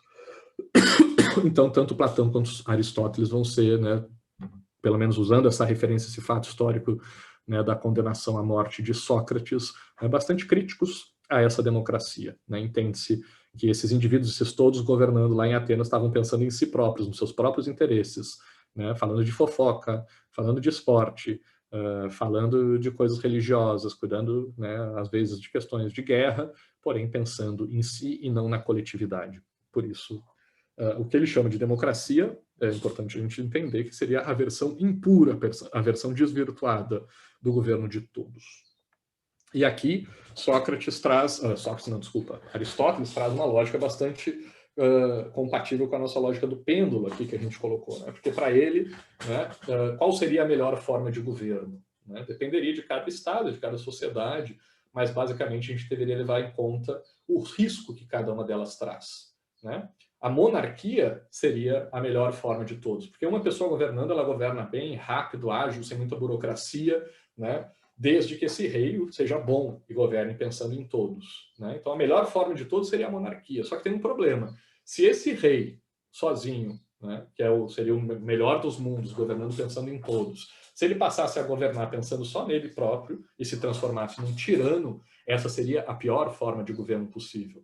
Então, apesar da monarquia ser o melhor dos mundos, ela traz em si o risco do pior dos mundos, que é a tirania, porque um rei sozinho que manda tudo, decide tudo como bem quer, sem nenhuma estrutura burocrática à sua volta para limitar o seu poder, né, ele consegue fazer muita coisa boa, no caso da monarquia, ou muita coisa ruim, no caso da tirania, né? Então, seria uma aposta de alto risco.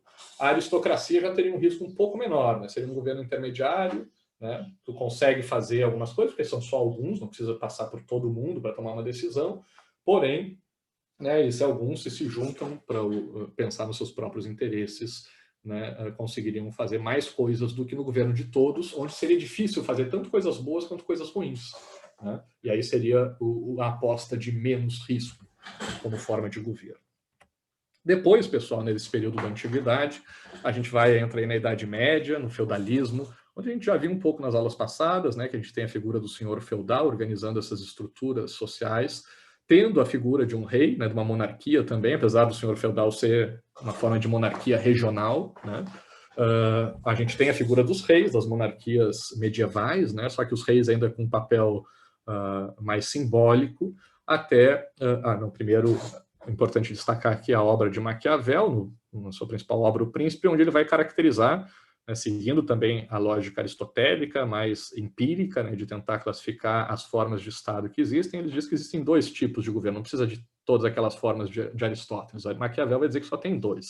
Né? Ou a gente tem uma república, que é quando o governo é renovado através de eleições periódicas, de tempos em tempos, ou a gente tem uma monarquia, que é quando a definição de quem está no governo é feita de forma hereditária e vitalícia. Né? Então, a pessoa, ao invés de ficar durante um mandato no poder, ela fica a vida toda, e ao invés de ser substituída por quem foi mais votado nas eleições, é substituída com o critério hereditário, de pai para filho. Então, essa seria a principal diferença nas formas de governo para Maquiavel.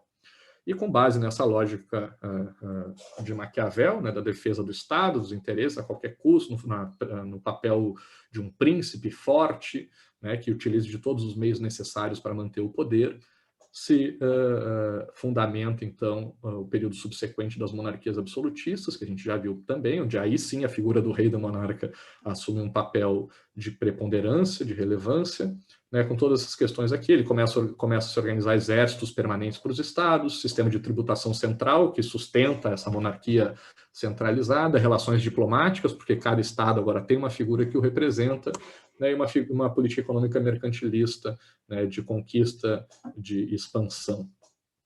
E aí, em contrapartida a esses estados absolutistas, nessas monarquias absolutistas, Montesquieu vai desenvolver sua teoria de separação dos poderes, né, dizendo, né, que é normal, todo poder, qualquer forma de poder leva ao seu abuso, né, é da natureza do poder que se abuse dele. Né? Até um síndico de prédio, né, que tem um poder ínfimo, vai acabar abusando desse poder dentro do seu espaço, da sua esfera de poder.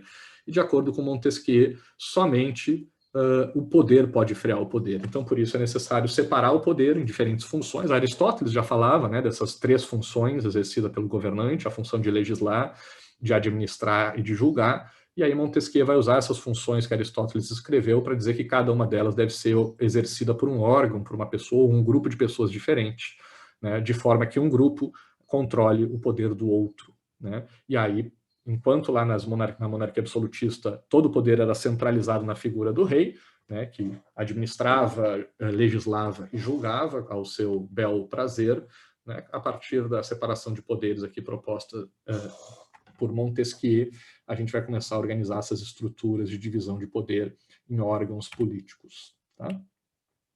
Vejo, e a partir daqui eu não coloquei, né, mas a gente também tem o Rousseau depois como um representante, né, de uma lógica mais democrática e republicana, né, subsequente a esses estados absolutistas, né, onde a lógica da participação de todos volta a ser considerada.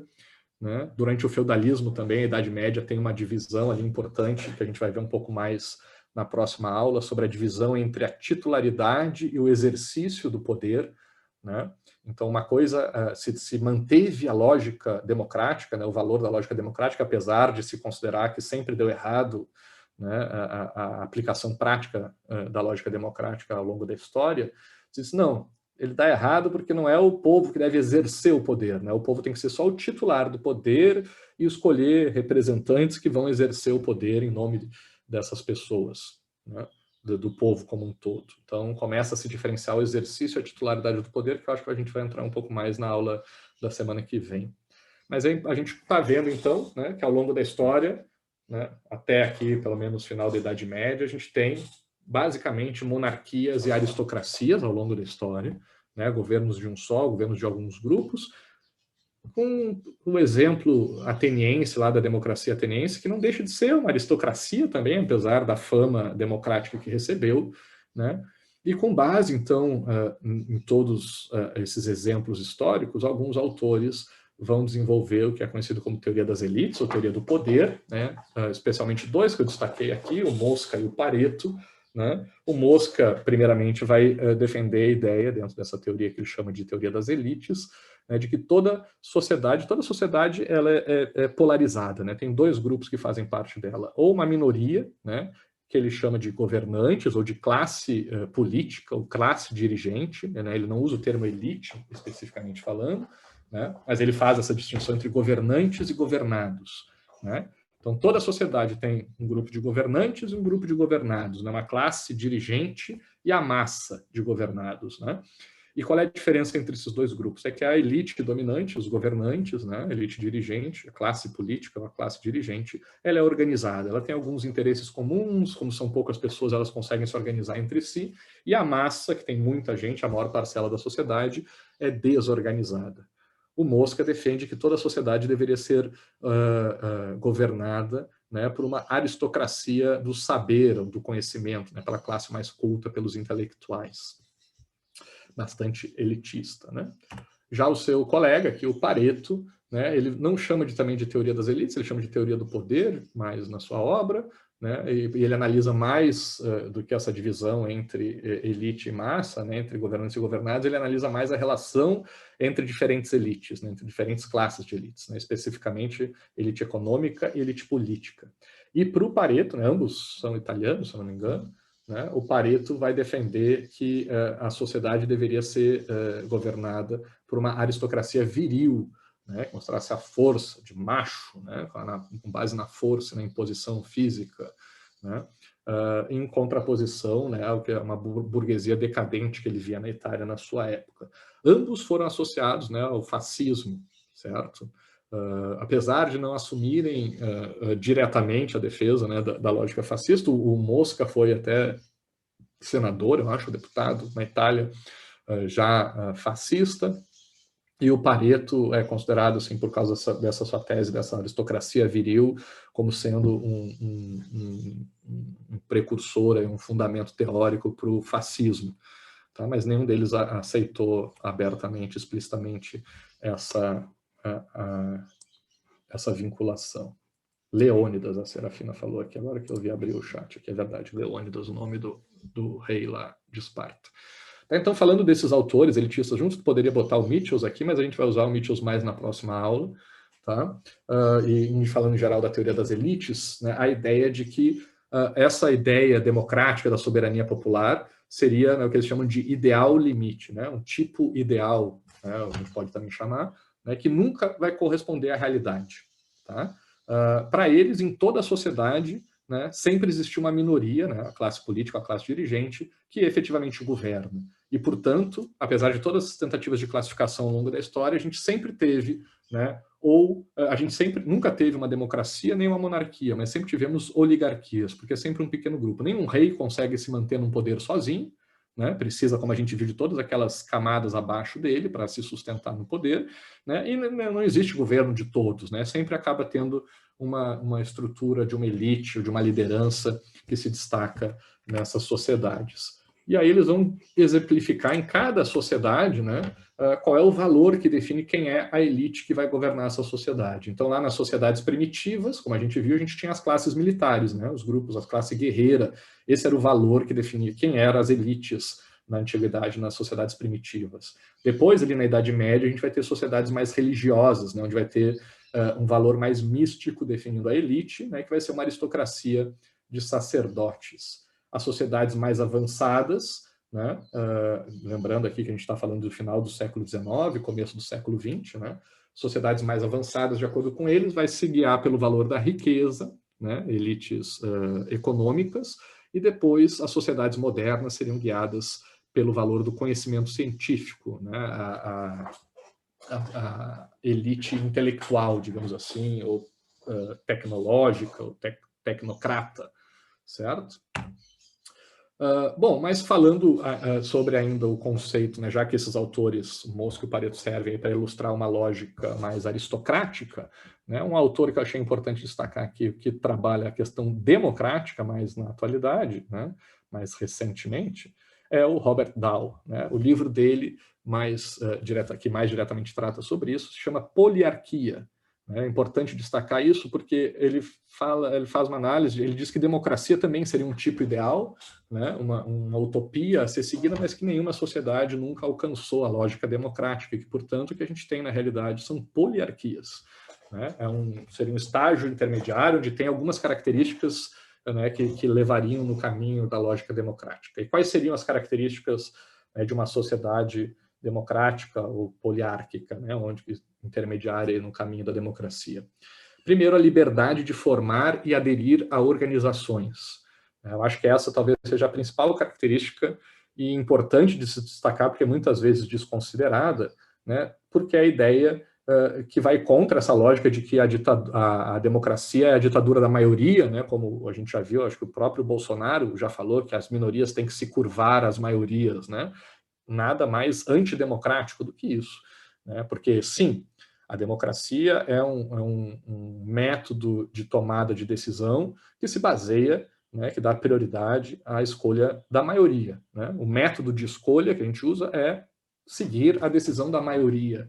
Porém, a democracia é mais ampla, né? A lógica democrática é mais ampla do que simplesmente um método de escolha, né? A democracia é um sistema, né, que inclui, para que se possa ter esse método de escolha onde a maioria prevalece sobre a minoria, é necessário que haja essa contraposição de ideias, é necessário que haja uma maioria e uma minoria, um lado e outro debatendo, né? Porque senão a gente perderia essa lógica de competição, de confronto de ideias, né, onde, teoricamente, uma lógica meio dialética de que um lado contribuiria para a evolução do outro. Então, faz parte dos fundamentos das noções mais básicas de democracia o respeito às minorias, né, o respeito à existência das minorias, que as minorias possam se organizar, possam formar organizações, associações para defenderem suas ideias, garantindo às minorias o direito de um dia se tornarem maiorias, né? Porque se a gente não tivesse isso, a gente iria para, aí sim, a ditadura da maioria. Aí o que hoje for a maioria vai mandar para sempre, porque vai sempre oprimir qualquer nova ideia, qualquer outro grupo que surgir, né? A gente partiria para uma ditadura, né? Para um autoritarismo de um grupo, de uma ideia só, e seria um sistema engessado, né? Não é isso a democracia. A democracia é um sistema dinâmico, né? que muda com o tempo, que permite, sim, ideias diferentes, novas, surgirem dentro da sua lógica, né? E garante, por isso tem que ter como premissa o respeito às minorias, né? Minorias políticas aqui, né? De ideias não predominantes dentro de uma sociedade. Parte também desse processo tem que ser a liberdade de expressão. As pessoas têm que poder se manifestar, as pessoas têm que poder dizer que pensam diferente do que a ideia dominante, né? E é isso um dos problemas que a gente está vendo na atualidade aí, porque essa liberdade de expressão tem causado problemas. Agora a gente está nesse dilema da tolerância, né? Devemos tolerar, né, os intolerantes, e como é que a gente faz? A gente garante liberdade de expressão, né? Temos aí alguns autores que defendem essa ideia, o Dow é um deles, né? Mas temos o John Rawls também, que defende a ideia contrária, né? De que a sociedade precisa ser tolerante com os intolerantes, senão a própria sociedade já seria originariamente intolerante, né? Temos o direito de voto, né, que aqui também está incluso uma ideia básica de que cada cidadão equivale a um voto, né, 1 para 1, essa dimensão, apesar de a gente saber que a gente tem exemplos aí, inclusive na atualidade, como a gente acabou de ver nas eleições dos Estados Unidos, de que apesar de uma pessoa valer um voto de uma pessoa, dependendo do estado que a pessoa está, tem um peso diferente, né, na definição final da escolha do presidente da República dos Estados Unidos. Né? A possibilidade de elegibilidade para cargos públicos, que tem que ser extensível para todos os cidadãos que façam parte dessa sociedade, que se pretenda democrática ou poliárquica. Né? O direito de líderes políticos de disputarem apoio, também os votos, que também está parte naquela liberdade de formar e aderir a organizações, né? Eles têm que poder disputar, né, a preferência popular. A garantia de acesso a fontes alternativas de informação, pessoal. Essa aqui, para a nossa época agora de fake news, é importante a gente lembrar aqui. Nas aulas que eu já fiz semestre passado sobre democracia, eu vi muitas pessoas dizendo, né, que a fake news seria contra a lógica democrática. Eu nunca vi autores falando, quer dizer, pelo menos não os mais clássicos, pelo menos, falando do problema da qualidade da informação. Mas isso sim a gente vê, né, de acesso a fontes alternativas. Claro que se pressupõe que, informações falsas não vão contribuir para o processo. Mas o que eu quero chamar a atenção aqui é que mais importante do que a qualidade da informação, pelo menos destacado pelos autores mais clássicos aí sobre a teoria sobre democracia, é a variedade, a diversidade, né? São fontes alternativas de informação, é poder ter fontes que não sejam concentradas, engessadas numa só perspectiva. Porque isso faz parte da liberdade de expressão, da liberdade de formar novas organizações, eu preciso de ideias novas, diferentes. Então, de certa forma, né, até uma certa dimensão, seria aceitável, né, o fenômeno que a gente está vivendo de algumas fake news, algumas notícias falsas, algumas informações falsas, né, desde que se garantisse essa diversidade. Aí cada um de nós, dentro do nosso sistema, que se organize para entender o que é falso, o que é verdadeiro. Ou, pelo menos, que isso é preferível a uma sociedade onde só tem uma fonte de informação oficial que diga o que vale e o que não vale, porque isso acabaria com a liberdade de expressão e com a liberdade de formação de grupos alternativos, né? Eleições livres e idôneas, obviamente as eleições não podem ser manipuladas, né? E aí sim entraria, acho que a questão das fake news, né? Se não estariam sendo manipuladas, desvirtuadas, né? Os reais objetivos das eleições, e instituições, né? Que permitam toda essa lógica ser colocada em prática, né? E garantir que o governo vá funcionar através de eleições, né? E outras formas de manifestação aí da sociedade com relação às suas preferências.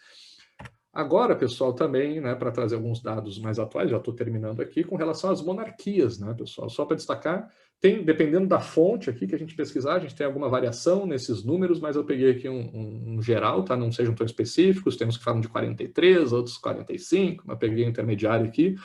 Tem aproximadamente 44 monarquias, né, atualmente, das quais, dessas 44, 20 são reinos da Commonwealth, que é aquela rede, né, de comércio, rede econômica, digamos assim, ligadas ao Império Britânico, né, geralmente ex-colônias britânicas. Desses 44 e dessas 20, né, 16 reconhecem a Rainha Elizabeth como chefe de Estado, né, dentre eles a Austrália, por exemplo, e o Canadá, né, tem nas suas notas, né, de dólares australianos e canadenses, tem a figura lá da Rainha Elizabeth. Então, a chefe de Estado, pelo menos formalmente falando, na prática tem variações para isso, tem pessoas que acabam exercendo esse papel na prática, mas formalmente falando, o chefe de Estado desses países ainda é a Rainha Elizabeth. Então, vejo que mais da metade, né, ou metade das monarquias que a gente tem no mundo são desdobramentos da monarquia britânica. Tá? E a gente ainda tem, né, 5 monarquias absolutistas, né? Arábia Saudita, Brunei, Omã, Swaziland e Vaticano, né, pessoal? Então, monarquias onde não existe essa separação de poderes, onde o governante manda de forma absoluta.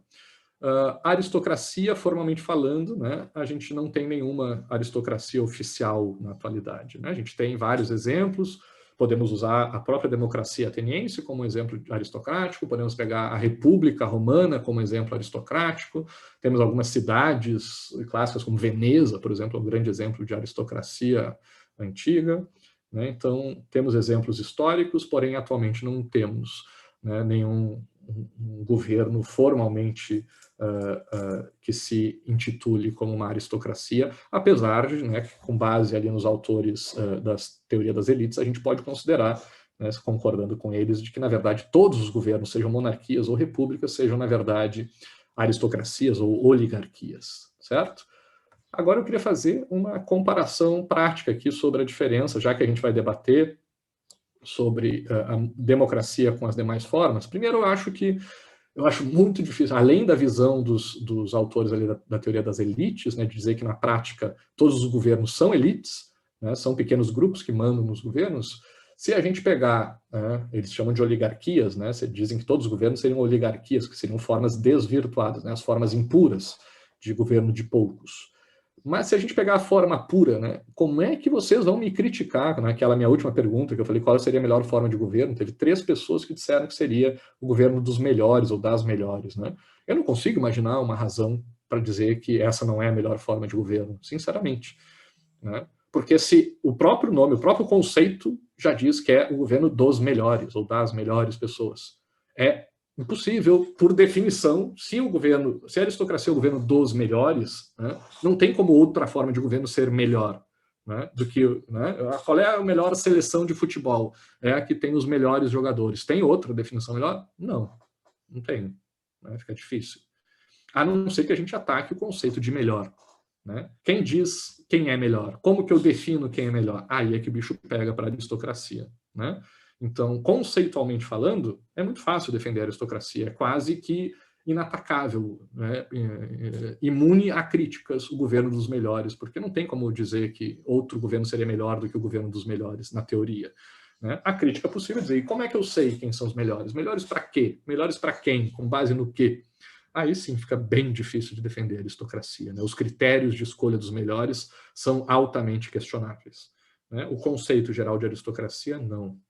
E a monarquia, pessoal, em relação à democracia? Né? Vocês podem defender o governo de todos, como eu disse, é muito fácil dizer que todos participem, né, da decisão. No próximo tema, eu vou mostrar o quão difícil é respeitar essa vontade de todos na participação. Né? A gente está vendo aí, recentemente, decisões coletivas de todos, né, que um grupo mais intelectualizado, mais esclarecido, aí discorda, digamos assim. Então, respeitar os resultados democráticos é bem difícil. Né? Agora, contrastando a lógica democrática, que teoricamente é fácil de defender, com a lógica monárquica, né? Óbvio, num país que nem o Brasil, pessoal, não estou dizendo que o Brasil deveria se tornar uma monarquia, jamais, eu não defendo, acho que os Orleans e Bragança não têm legitimidade na nossa história, não representam, não são símbolos, né, que têm uma força social que justifique, né, que eles reinem no nosso país. Por isso, não, só para deixar clara a minha visão pessoal sobre isso, tá? Eu não vejo a monarquia como uma forma de governo, né, recomendável para o Brasil. Né, por falta de legitimidade, por falta de representatividade, de força simbólica, né, para a nossa história, da família real brasileira para a nossa história. Sei lá, se a gente fosse pegar um outro símbolo, aí talvez a discussão pudesse ser outra. Quem seria esse símbolo? Não sei. Né? Pegar lá, só para evitar polêmicas, afinal morreu cedo um Ayrton Senna da vida, será? Né? Ou não sei quem é um grande símbolo brasileiro, Pelé, não sei, óbvio, estou chutando, não estou dizendo que eu escolheria um desses, afinal são símbolos esportivos, tá? Mas algo que tivesse, alguém que tivesse mais legitimidade popular, né? Obviamente teria que ser uma figura política com mais legitimidade no Brasil como um todo do que a família real brasileira, que eu acho que não tem essa legitimidade toda. Mas eu já falei para vocês, morei já algumas vezes, algum tempo, né, em diferentes momentos na Inglaterra. E, gente, eu acho inegável perceber, apesar de todas as críticas que é passível à família real britânica, que sofrem muitas críticas, né, mas acho inegável também o reconhecimento de pontos positivos, né, que aparecem lá. Alguns detalhes bobos, tá, mas que eu acho que simbolizam coisas importantes. Na Inglaterra, especialmente em Londres, né, mas em outras cidades também, se vocês forem ver, sei lá, os postes de luz, especialmente da região central de Londres, né, mas fora também, né, e as lixeiras, né, todas têm gravado em metal na sua estrutura ali da lixeira e do poste de luz o brasão, né, da família real britânica. E pode parecer firula, né, pode parecer, sei lá, enfeite, só isso aí, mas eu acho que não, acho que isso traz uma ideia, sabe, de que, veja só, a limpeza pública, né, a coleta de lixo é algo que é um símbolo, né, ali está a imagem da família real britânica. A iluminação pública, né, o cuidado com a segurança, com a iluminação pública, com a organização da cidade, também está ali o símbolo da família real, mostrando isso aí, isso é responsabilidade nossa, família real britânica, é a gente que provém para a sociedade, prover para a sociedade esses bens públicos. Existe uma referência histórica que não vai mudar ao longo do tempo. Eu já trabalhei aqui com tomadas de conta, né, dentro do Poder Executivo aqui no Brasil, e o que a gente vê de casos de prefeituras, principalmente, né, quando muda de uma gestão para outra, os caras queimam todos os arquivos da prefeitura, botam tudo abaixo, destroem as políticas que foram feitas, né, os novos governos ignoram todo o processo que já foi feito, não tem continuidade dentro da lógica republicana e democrática. A monarquia permite essa continuidade, né, permite essa referência de saber de quem cobrar, né, tem alguém que é o símbolo histórico daquilo, se a Inglaterra tem sucesso é porque tem uma família real que representa esse sucesso, que é responsável por esse sucesso, e se ela tiver fracasso, a culpa também é dessa família real. Né? Então, nesse processo de accountability, né, de cobrança, de prestação de contas, é uma ferramenta interessante. Não estou dizendo que justifica para qualquer caso, mas acho que em alguns casos sim. E para complexificar isso, quero trazer o exemplo aqui, é uma lista do IDH, se eu não me engano é de 2018, essa lista do IDH, com dados de 2017, tá? Só para, se tiver mudanças aí, vocês terem essa ressalva. E aí vejo aqui, entre os 10 primeiros países, 4 são monarquias, né? Com exceção de Hong Kong, que é um caso à parte, 5 são repúblicas, quase equilibrado. Né? Depois, entre os 20 primeiros, a gente tem 4, mais 6, 7, 8, 9, 10, 11. Aí já é a maioria, né? 11 contra 8 repúblicas. E depois a gente tem mais repúblicas entre os 30. Isso aqui eu mostrava até para mostrar como o recorte que a gente faz para fazer as análises de dados faz uma diferença, né? Se eu pegasse os 10 primeiros, eu ia dizer que é equilibrado o IDH, os melhores IDHs do mundo, entre repúblicas e monarquias. Se eu fizesse o recorte entre os 20 primeiros, eu já ia dizer que tem uma predominância de monarquias. Se eu pegasse os 30 primeiros, aí já tem uma leve predominância de repúblicas. Então vejam que o recorte que a gente faz dos dados muda o resultado que a gente chega aqui, que era outro debate que eu queria aproveitar essa discussão para levantar. Mas por que eu trouxe tudo isso? Porque pode parecer que tem um equilíbrio aqui, né, entre repúblicas e monarquias, entre as melhores qualidades de vida no mundo. Porém, a gente tem que destacar essa distribuição geral aqui. Atualmente existem também aproximadamente 153 democracias e 44 monarquias. Então, aproximadamente, né, 3-1. Né, a cada 3 democracias, uma monarquia. Né? Então, teoricamente, entre os IDHs ali, para ser proporcional, tinha que ter 3 vezes mais democracias, né, ou repúblicas, né, do que monarquias, certo? Só que não, a gente tem quase que um empate. Então, em qualidade de vida, a gente tem mais monarquias do que repúblicas. Então, será que a monarquia é melhor para gerar qualidade de vida? Deixo essa provocação para vocês, como final da nossa aula de hoje. Ou será também que essa qualidade de vida nas monarquias é resultado de um processo histórico maior, da exploração que essas monarquias já têm, e aí países de sucesso mantêm sua forma de governo, né, enquanto outros mudam, né? Monarquias que fracassaram talvez tenham virado repúblicas, e talvez isso justifique, então, aquela distribuição que a gente viu ali. Tá? Mas isso são só provocações que eu faço para vocês, para que na próxima aula de quarta-feira a gente discuta, então, né, um grupo defendendo a democracia, os benefícios que a democracia traz, ou os prejuízos que a monarquia e a aristocracia podem trazer, e outro grupo defendendo os benefícios que um sistema monárquico, aristocrático pode trazer, e os prejuízos, né, os problemas, as dificuldades que a lógica democrática traz. Peço desculpas, hoje passei de novo do meu tempo, eu sabia que essa era a próxima aula que eu provavelmente ia fazer isso, estourar meu tempo. Agradeço a todas e todas que me acompanharam até aqui e abro para vocês agora tirarem dúvidas ou fazerem os comentários que acharem pertinente. Obrigado, pessoal.